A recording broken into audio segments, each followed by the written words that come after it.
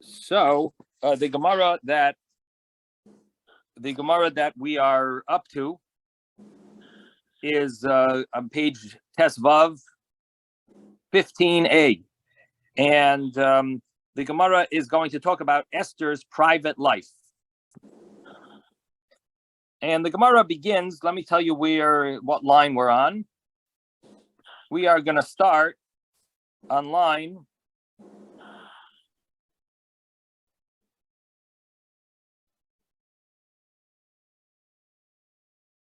about maybe 25 lines from the top of the page. Mordechai Yoda Eskol Asher Naasa. Mordechai knew everything that was going on, and he was involved in his prayers and fasting and crying out to Hashem in bitterness. So the Gemara said over there, and we already said, actually we did this yesterday, what was he crying about? So the Gemara had two opinions. Rav, Gava Haman me'Achashverosh. Haman is doing worse than Achashverosh would have dreamed of doing. Shmuel said, Gover Malka Ilah mi Malka Tata, that the king below seems to have more power than the king above. And he was crying out to Hashem, of course, for Hashem, for salvation. And then the Gemara mentions that the queen became tischalchal. Tischalchal literally was from the word chel, which means fear. She became afraid. The Gemara explains that tischalchal could also mean, at least some of the commentaries mention this, that the Gemara's understanding of tischalchal could also be from cholol, like from the inside hollow of her body, from the inside of her body. That, in other words, that it's mentioning that she became a nida. She started menstruating from her fear, and according to the other opinion, she needed to go to the bathroom from so much fear.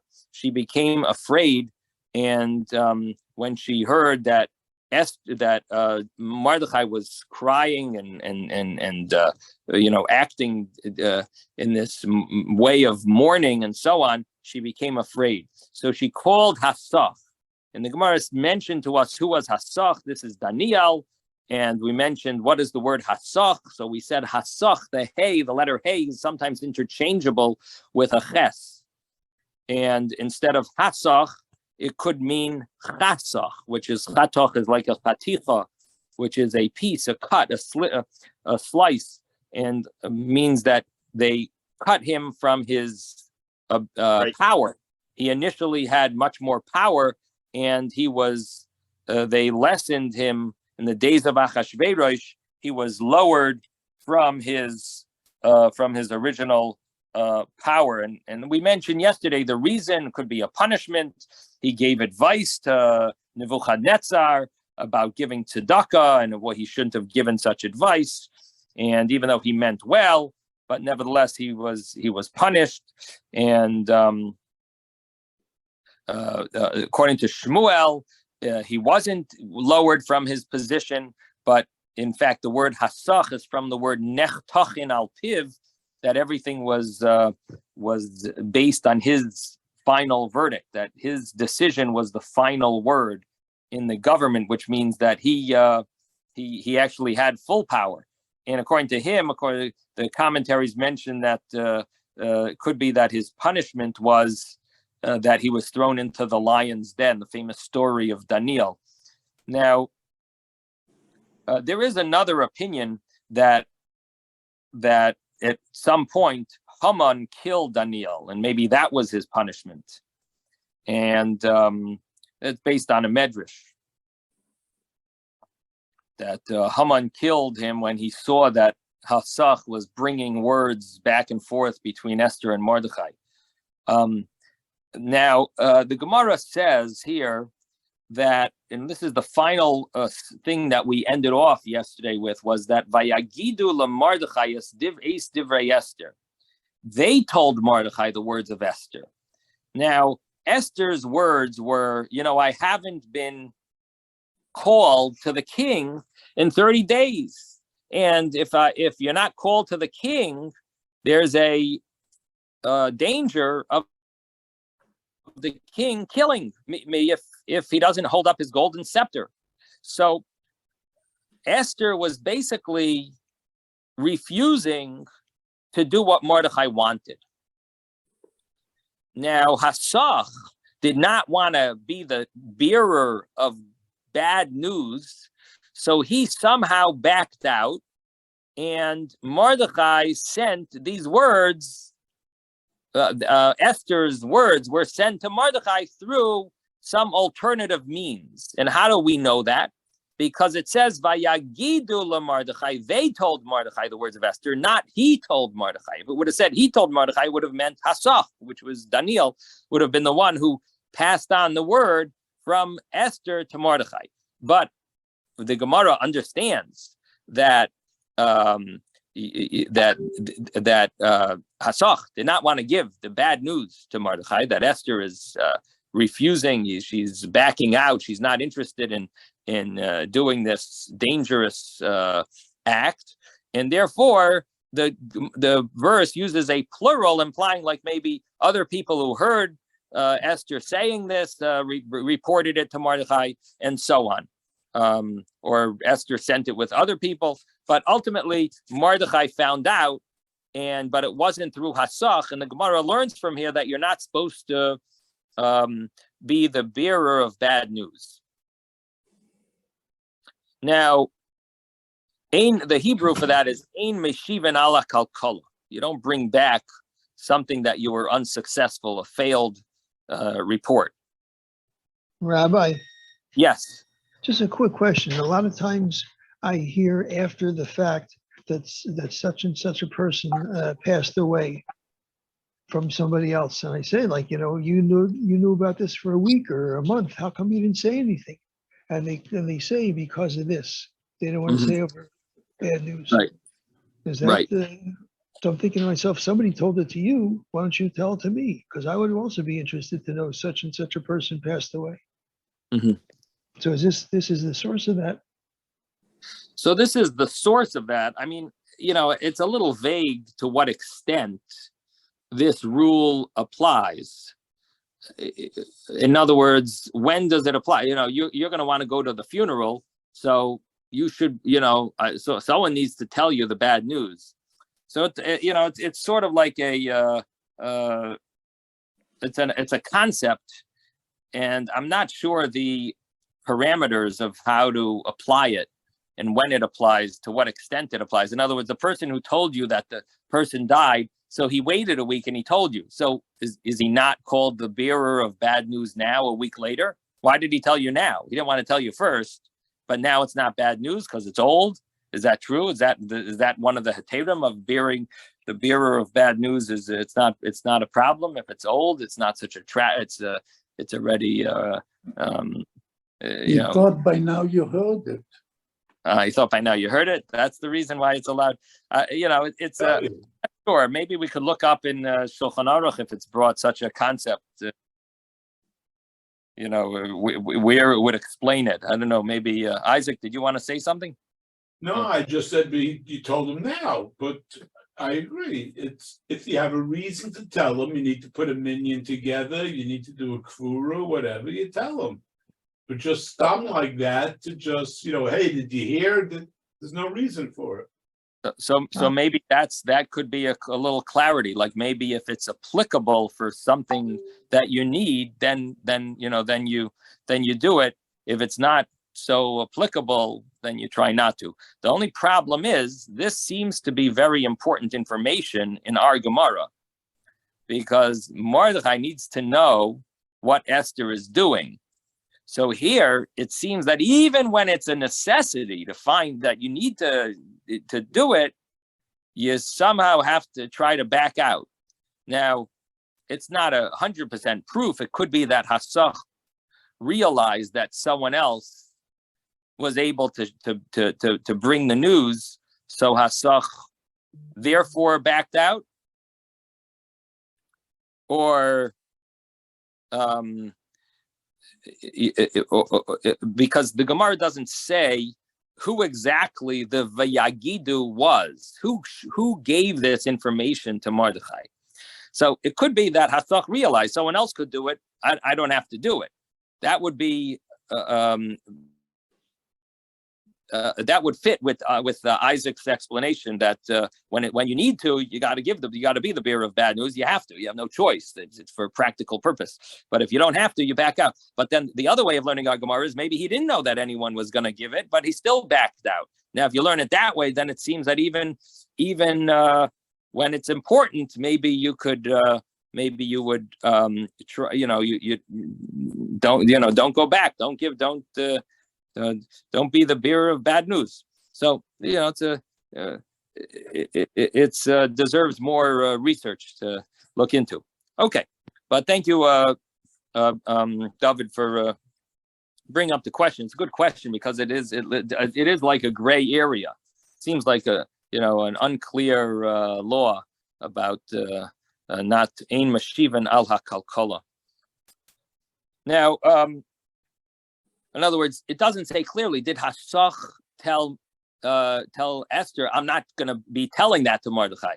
By the way, I'm not doing that. Okay, I'm not sharing it. So maybe he was Yaitza. Maybe he fulfilled his obligation by that would be like an alternative way of saying, you do normally have to share the bad news if it's applicable, but unless you tell the person clearly, I'm not.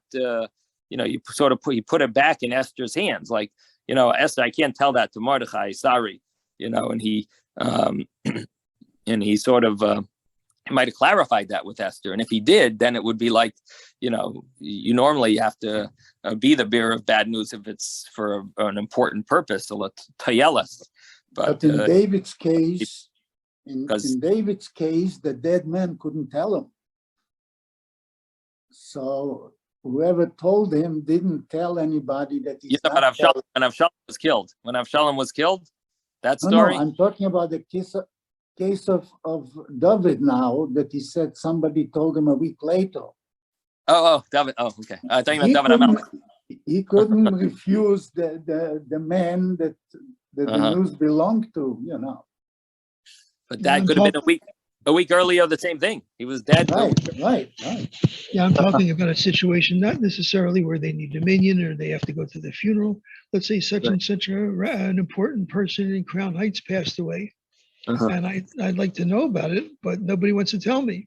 But obviously, somebody told them, or they read it someplace. Well, it's a good question. Is it good for you to know such information if it has no practical application? Knows you're not going to be Menachem Avol, you don't know the family. Maybe that's a sad thing that you don't need to have on your information. It doesn't need to take up space in your brain. I don't know. That's an interesting question. Like, it sounds like you'd like to know. I don't want to mention a particular, just to illustrate. Let's say when Rabbi Groner, Allah Shalom, passed away.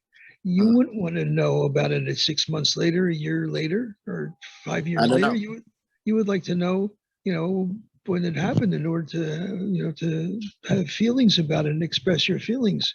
You don't want that hidden from you. I'm not so into feelings. That's, I don't know, whatever. I hear you. I'm just not sure. I'm not feelings, but I don't know what the reasoning is. But I hear you. I'm just I'm not sure that it's like do we want to know everything that happened? I mean, it's definitely a holy person that you would want to know, but at the same time, maybe the proper attitude towards it is, if I don't need to know, why do I have to know any negative information? I'm just sharing with you a thought. You know what I mean? Rabbi? Yeah. If there's a shechina, associated with somebody dying, a big tzaddik, a big gadol, you want to know, because you want to be able to know at that point, because that affects your neshama and how you daven for him and everything. So, it is important to know as soon as possible. Again, I'm not making I'm not Don't hide it, sharing a final view. I'm just mentioning that it deserves to be thought about if that's the appropriate attitude. Again, you know what I mean? I'm just saying, like, it sounds good, but at the same time, it might not be something that in other words, we should be only looking for good and for good news and be sad, if it could bring sadness and depression and, and other things that it doesn't have any practical application. It's not like you're going to be Menachem Avel or do anything about it. So maybe it is a considered unimportant information. I mean, based on this, whenever a person turns into Chabad.org or COL, they would have no obituaries. They won't mention anything about anybody that passed away. And you just happen to know it because you just happen to find out. Could be a week later, 6 months later. Again, I don't know that there's a mitzvah to look at these websites. I'm not convinced that it's a mitzvah to look at all these websites and to gather all this information. Chabad.org has, the COL has them on a regular basis of such and such an important person passed away. Don't get me wrong. Of importance, there's no question. Yeah, I would just speak to Mashpia about. I don't know. I'm not convinced that it's above my pay grade. We'll put it that way. Yes, Ezra. My question is: suppose that you're saying, you're saying the Mishabach for Cholim and Cholot, and you have this individual included. So then it's applicable. Then you need to know. But I'm just wondering, is it important? What happens? What you're basically saying is somebody should not tell you if that individual passes away, lo aleinu, okay?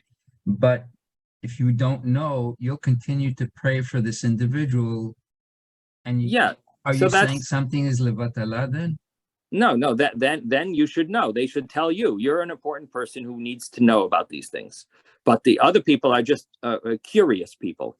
Are curious people supposed to be finding out? Again, I'm guilty of it myself. I sometimes look at these websites, but I think it's wrong. I shouldn't be looking at the national news of Israel and see what's going on. It's sort of it takes up time from doing better things. I find out that this person passed away, but is it really wasting a little of my time because I don't know the person, I don't know their relatives, or I'm not close enough to even be Menachem Avel, so it's really not changing anything in my life. Now, if you're a Gabbai, you need to know these things. So again, that's called a Tayelis. You need to know to take them off the list or put them, or you might want to be calling someone and finding out if they want to buy a plaque in your shul. You know what I mean? So a Gabbai has his purposes, but the regular person, maybe I don't know. I'm just, I'm sharing a thought that maybe it's not appropriate for us to be trying to find out what's going on in the war of Ukraine. I mean, do we need to know that? Is Ukraine winning or is Russia? Maybe like all this information is filling up our brain, which we should be filling up with holy things instead of finding out so much. Again, there are certain things that are applicable and certain things that aren't. You're going to vote. So you need to know what who you're voting for. Your opinion does count, but at the same time, do we take it too far? Some people, there are a lot of seniors that listen to the news all day, and that's what they do. They jump to the news. That's definitely, that's definitely not what I don't think Hashem wants that. That's going way above and beyond. So the question is, to what extent? You need to know. You need to know how to protect yourself, and we need to know what's safe and so on. But there's a lot of information that it could be we're convinced is holy and important information. Maybe it's not. I'm putting a little skepticism on the fact that we spend a lot of time doing things that maybe are not so purposeful. Yes, Ben. Yeah, I wanted to say in the case of David, the guy felt if you don't know him, you're not related to the subject or to the person. If I tell you about it that he died, it's really a chiluk. But if I thought you need to know, I would have told you. Yeah, I don't know if I would use the word rechilut, but maybe it's like dvarim. It is, telling somebody so and so happens to this and this person when you have no connection to the person or any need to know that, Right. Now, Yisrael just wrote something, but I'm on my phone, so I can't see it. Yisrael, do you want to just tell us what you wrote? Or does someone want to say? I just wanted to let you know that the reason you're not seeing my smiling face Oh. is because I've been having camera problems. Oh, okay. And Okay. it's not that I don't want to fully participate. So I just wanted you to know that. Oh, I thought you were saying something about the discussion. Okay. No. That was strictly an administrative comment. Oh, okay. Sorry, I wouldn't have interrupted. Okay, thank you, Ben. Thank you, David and Isaac and Ezra and everyone that participated in this little discussion. Let's go back to the next piece. This is the new piece of Gemara. Very interesting piece. Again, it's talking about the private life of Esther. So the Gemara says that Esther told Mordechai. Mordechai convinced Esther that she is responsible to do this. This is why she is queen. So Esther now changes her way of thinking, and she says, "Okay, then I'm going to go. I'm going to be risking my life to for the sake of the Jewish people, and that's maybe why I'm here." Yes, and she agrees, and she says, "Leich kanaises kol haYehudim." So we're going to read this inside now. And Leich kanaises kol haYehudim. Again, it must be about 25, 27 lines from the top. Leich kanais, maybe even, let's say actually from the bottom, it's closer. Let's see, 5, 10, 15, 20, 20. I would say about 27 lines from the bottom. Leich kanaises kol haYehudim. Again, 15a. Go gather all the Jewish people that are found in Shushan and fast. Vitsumo alai, right? Fast for me. And the verse continues, and it says that ve'al teichlu ve'al tishtu, don't eat and don't drink 3 days. Laila v'yoim, night and day. And I and my maidens will also fast. And this way I will come to the king against the rules, v'kasher avadati. And as I lost, which the Gemara will now interpret what that means. Now, I will go against the rules, asher like hados. So literally that means, on the simple level, the simple understanding is, I'm going to go against the rules, which is you don't go to the king unless you're called for by the king. Now, Reb Abba says, when Esther said Shalaik Hadas, she didn't refer to the physical rules of the king. She was talking about what's against the rules of Hashem, Shalaik Hadas, which is against the rules of the Torah. Shebechol Yom V'Yom Ad Achshav, for all the days until now, Ba'ainas, I was always in a situation comparable to rape, because the king would call for me and, I would be with the king, but it was against my will. I was called an einus. I was like being raped by the king every night, because I never wanted to marry a non-Jewish person. I never wanted to be married to the king. And I never wanted to have relations with him. And he sort of was forcing me. So I was considered an einus, someone who's forced into it. And the Akshav, and now I am going to, on my own, initiate to go to the king. I'm not being called to the king, and I'm going anyway, and I'm going to end up being with him. And that's how I'm going to convince him to spend the night, to come to my party, to spend come to a party. And I'm going to be with him. And it's ultimately, we're going to have relations. And so now I am going willingly, now I am doing this willingly. And what does this mean if now I'm going to do it willingly? So v'kasher avadati, in the next few words of the verse, and as I lost. What does that mean?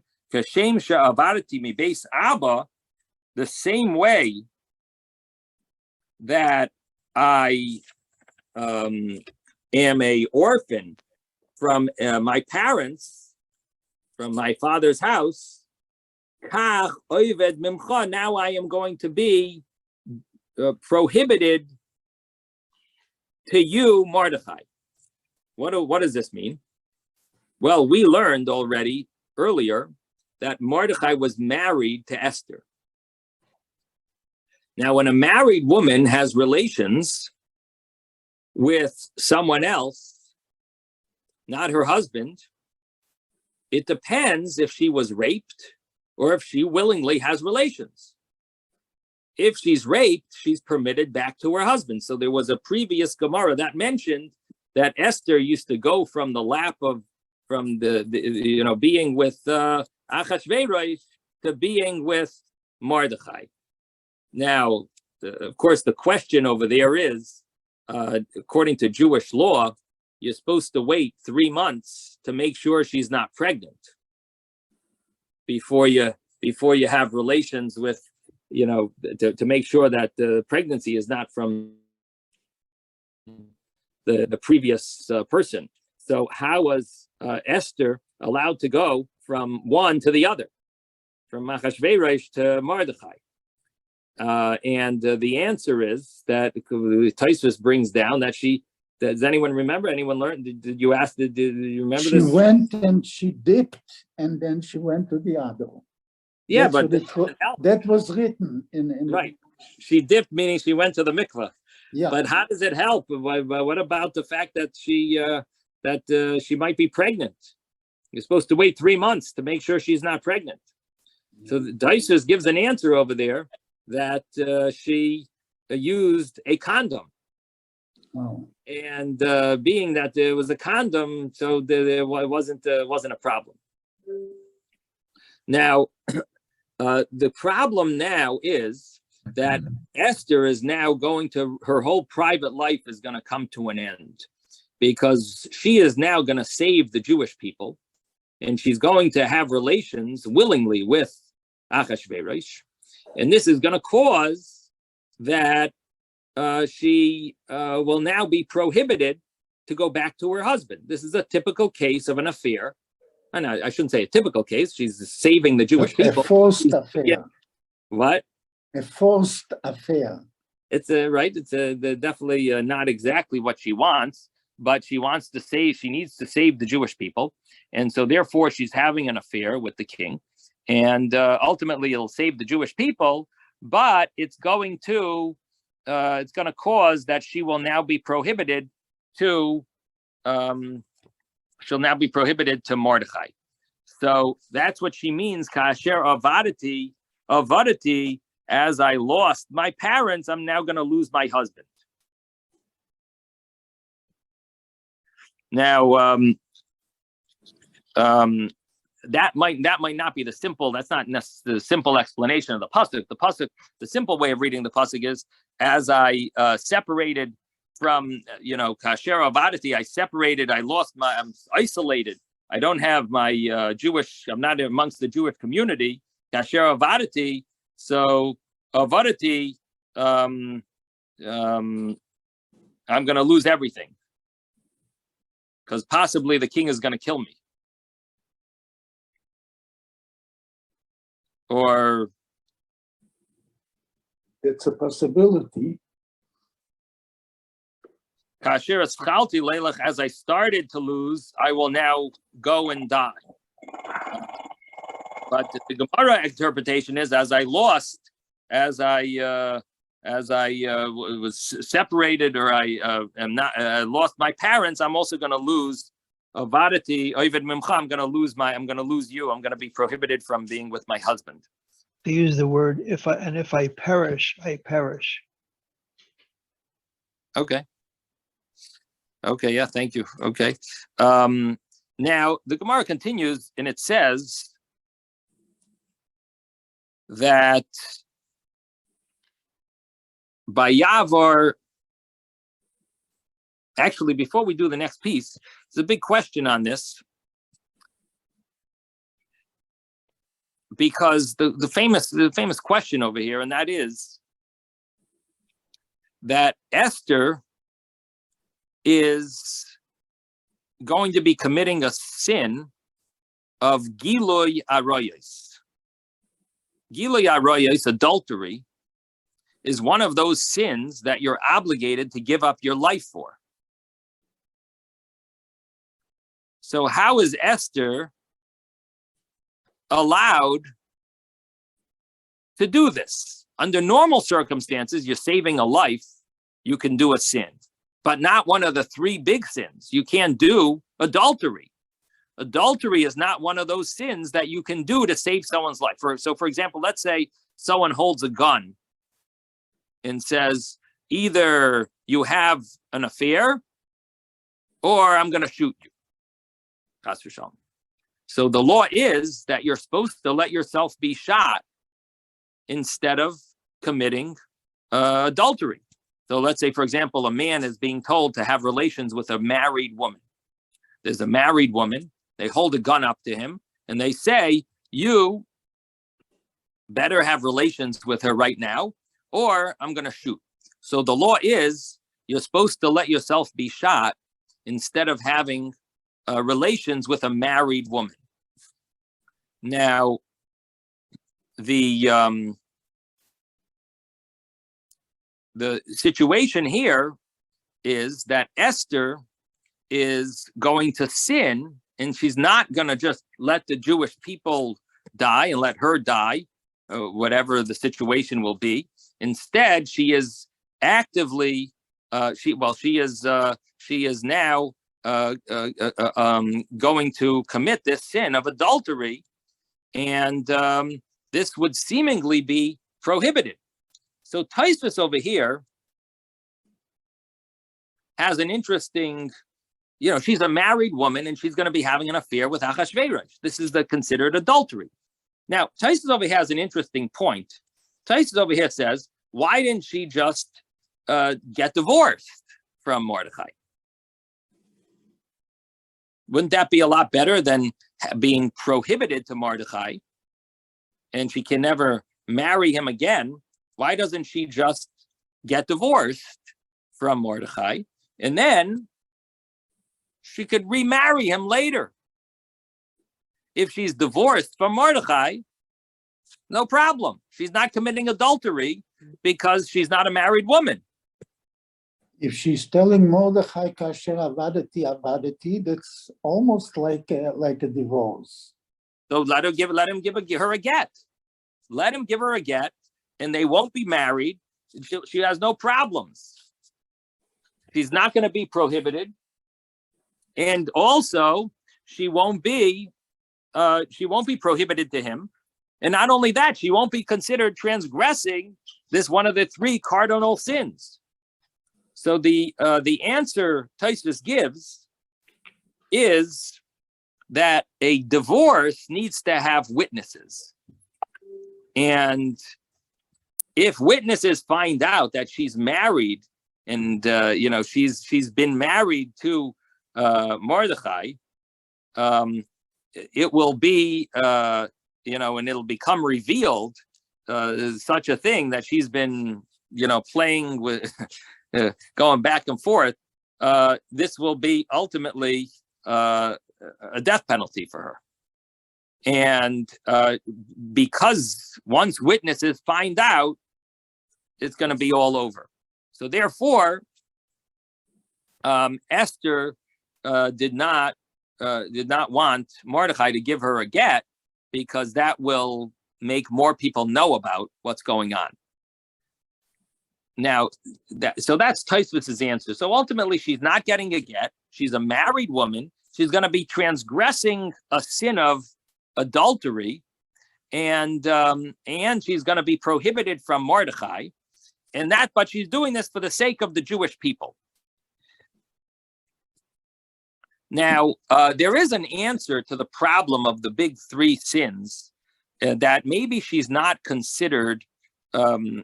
It's possible that she's not considered to be committing one of the three major sins. And that's because a woman doesn't really transgress the same way a man transgresses. So for a woman is called karka olam, because the woman is not doing an action when it comes to the actual act of relations. she is just literally the term is karka olam, earth in earth from the world.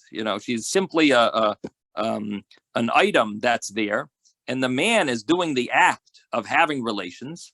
So therefore, for a man, one of the three big sins is adultery. But for a woman would not have to give her life up because she is only karka olam. She is passive. And because she is passive, she doesn't have the same. She doesn't fall into the same category of that is not called one of the three main sins, because she's not really doing the sin. The man is doing the main sin. She's Rabbi, involved in it, but she doesn't have to give her life up for it. Rabbi, Yes. karga oilam applies also to Besheva. To what? To what? Karga oilam also refers to Besheva. It all applies to Besheva as well. I'm not hearing that word. Sheva? Besheva. What? Batsheva. I'm sorry. Batsheva. I'm sorry. I'm not, Batsheva. not for that word. Batsheva. Okay, hold on one second. I'll turn this off. No. Batsheva refers to Batsheva. Does it refer to Batsheva also? Karga So first of all, mute yourself. Does it mute refer yourself. to Batsheva also? I'm going to answer you, but mute yourself, please. The thing is a woman, does she get the penalty of death for committing adultery? Yes. Even though she didn't do any act, she will get the death penalty for committing adultery. Does she have to give her life up not to sin if it's a question of life or death? Does she have to give her life up so as not to sin when her life is in danger? And on that, there's the concept of karka olam, that the sin of adultery for a woman is similar to any other sin in the Torah. It doesn't carry with it the same level as the three major sins: adultery, murder, and idol worship. So is she considered sinning when she has this affair? Yes. Is she deserving of the death penalty? Yes, she's going to get the death penalty. But does she have to give her life up instead? That's where there's a difference between a man and a woman.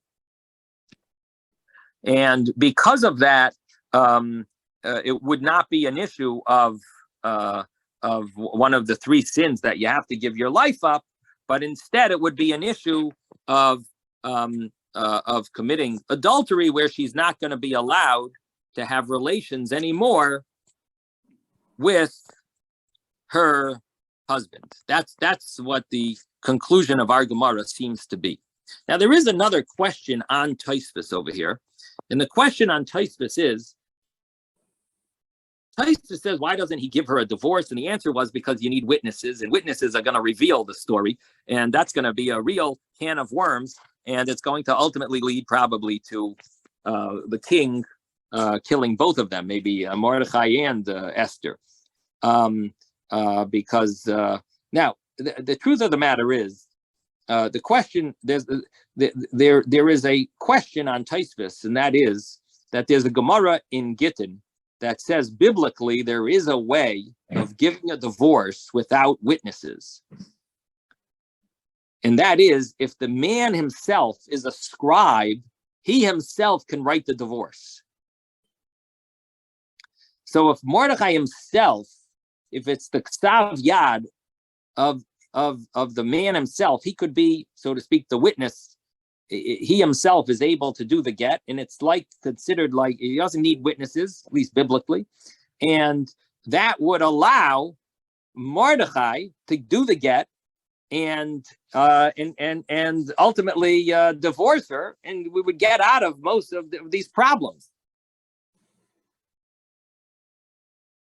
So why didn't Mordechai write his own divorce?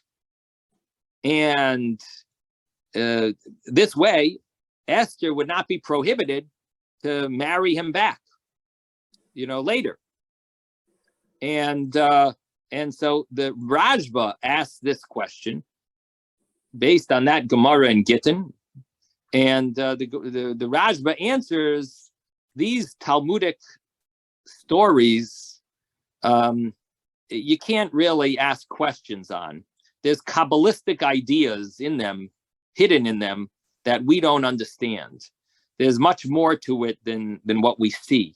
So in other words, it's a good question, but there's obviously stuff here that we're not able to understand in the spiritual ideas that are beyond the scope of the regular way of learning this Gemara should be asked here, and that is, if Mordechai was married to Esther, why did Achashverosh take her in the first place? Didn't he only want unmarried women? It's a good question, no? But Rabbi, isn't it the Jewish law that if you send away the woman, it's like she's divorced? Well, the Kosav law Sefer Krisos, the Torah says, you have to write the divorce. Moses sent away Tzipporah. He didn't write her anything that we know of. Well, there's a machlokes if Tzipporah was physically divorced or separated. Before the Torah was given, what you're saying is correct. There was a concept of marrying someone where you would bring her to your, that you're with her, and you establish a marriage with her, and then when you want to get divorced, you send her away. But after the Torah was given, the law is the Kosav law Sefer Krisos. You have to write a Sefer Krisos v'nasan biyada and put it in her hand. So that wouldn't work after the Torah was given. So the question is, getting back to this story of Esther, how did Esther get taken in the first place? Wasn't Achashverosh only interested in single girls? And the answer is no. He actually maybe he initially claimed he only wanted single girls, but ultimately he was taking everyone. Rabbi? And so she was ultimately taken. Yes. Wasn't he specifically virgins? Wasn't he so he would have known if she's not a virgin. I mean, obviously. So there is different. It's a good point. It seems like it says Basula at some points in the Megillah, but it's interesting when it talks about Esther, that how beautiful she was. It leaves out the word Basula, and basically there's hints to the fact that Achashverosh basically just wanted every woman he could get his hands on, and so maybe he claimed initially that he wanted only the Basulois, but he ultimately was grabbing everyone, even married people, and that was based on a previous Gemara over there, the previous Gemara on page 13b, and that's the commentaries over there talk about this. I think it's just a preference. It's not a must.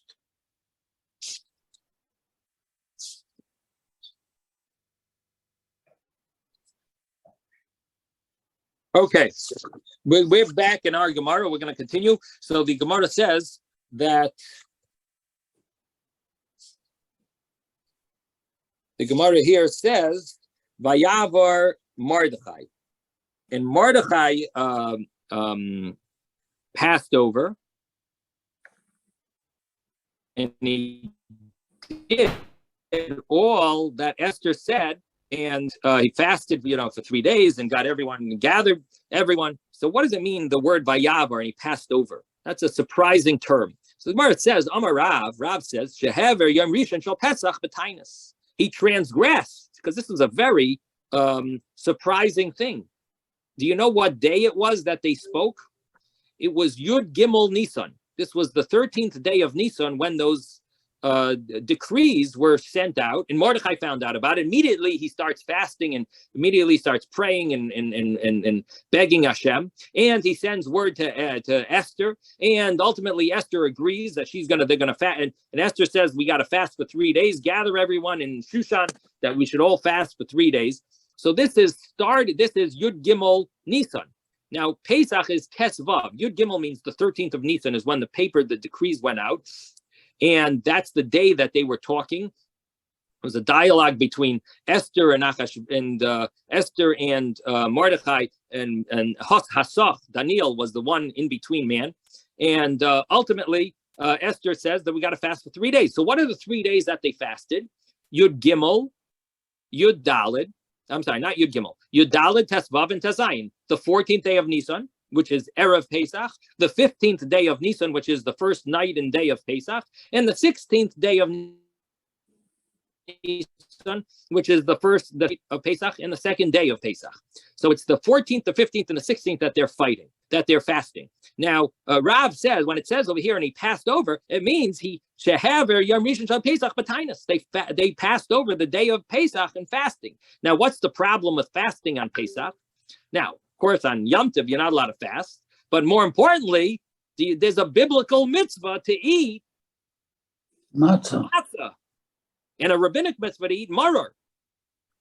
They passed over the day of Pesach with fasting. Which day of their fast was Pesach? The second day of the fast.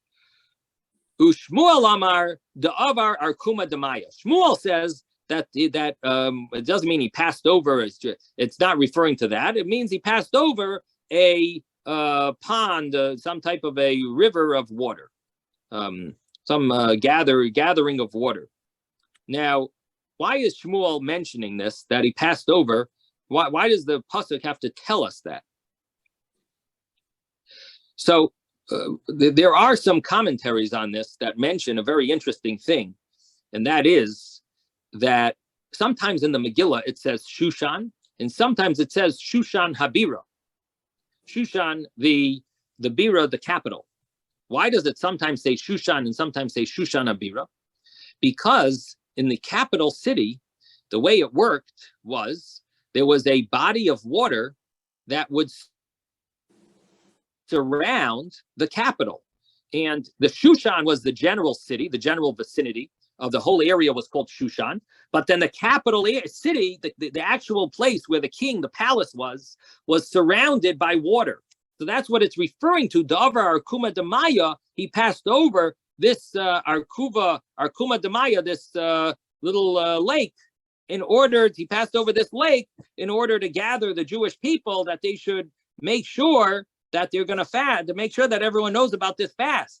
So he passed over this body of water. So in other words, this explains why sometimes in the Megillah it says Shushan and sometimes it says Shushan Abira. Shushan Abira was surrounded by a lake of water like they have in different fortresses and things of palaces where they surround the king's palaces, hard to get to. Now, what's interesting is, if you think about it, the days that they fasted, let's think about this for a moment. They fasted the 14th, the 15th, and the 16th. Now, when was Haman hanged? When did Esther go to the king for the first party, and when did she go for the second party?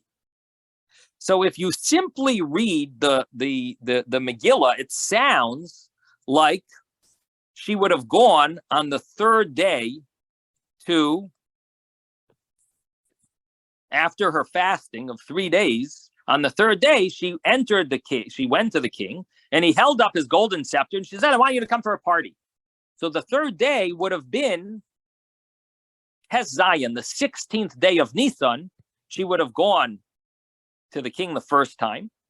The 17th of Nisan would have been the second day of would have been the second party, because the 16th day of Nisan would have been the first party, right? She entered on the third day. That would have been the 16th, because the 14th, 15th, and 16th, it was 3 days of fasting. Then she entered, and the king miraculously held up his scepter. That would have been the 16th. And then she says, come to my party now, today.